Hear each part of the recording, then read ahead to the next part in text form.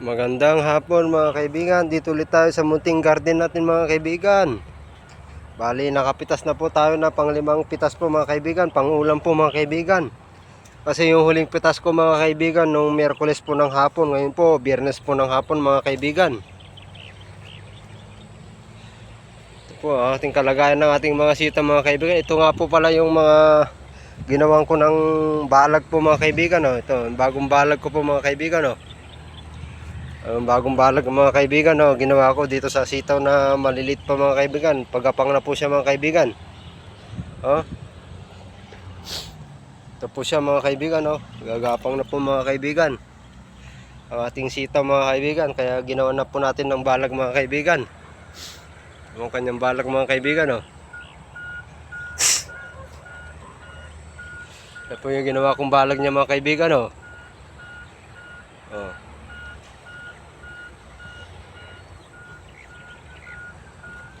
Sita mga kaibigan.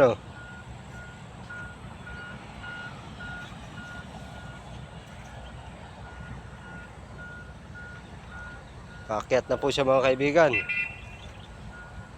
Ngayon po puntahan na ulit natin yung ating napitas na pang-ulam po mga kaibigan. Pang-ulam lang po ito mga kaibigan.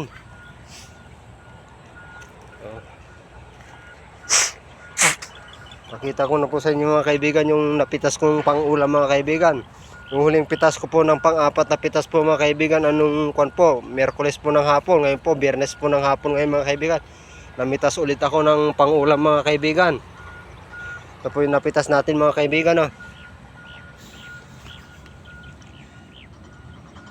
Yan po yung napitas nating pang-ulam natin mga kaibigan. Pang-ulam po yun mga kaibigan. Marami na naman tayong ulam mga kaibigan. Mga kayang konsumuhin to ng mga hanggang Lunes po to mga kaibigan. Ulam po mga kaibigan. Hanggang Lunes po na ulam to mga kaibigan. Yan po ang akin napitas sa pang-5 pitas po mga kaibigan.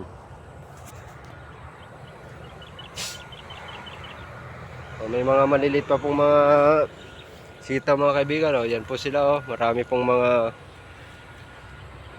bunga pa mga kaibigan. Yung mga bunga mga kaibigan. Marami ring mga bulaklak mga kaibigan. Ito po yung mga kanyang mga bunga mga kaibigan.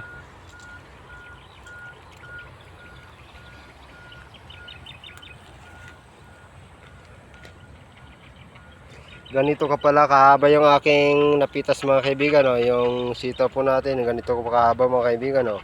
Ilalapag po natin para makita nyo maigi yung haba niya po mga kaibigan. Yan po ang kanyang haba mga kaibigan. Ganyan po kahaba yung mga kaibigan. Ating sitaw mga kaibigan, ganyan po kahaba. Yan po yung ating napitas mga kaibigan. Hanggang dito na lang aking update sa aking munting garden ng sitaw mga kaibigan. Magandang hapon sa ating lahat. Magandang Biyernes po ng hapon sa ating lahat. Salamat po mga kaibigan.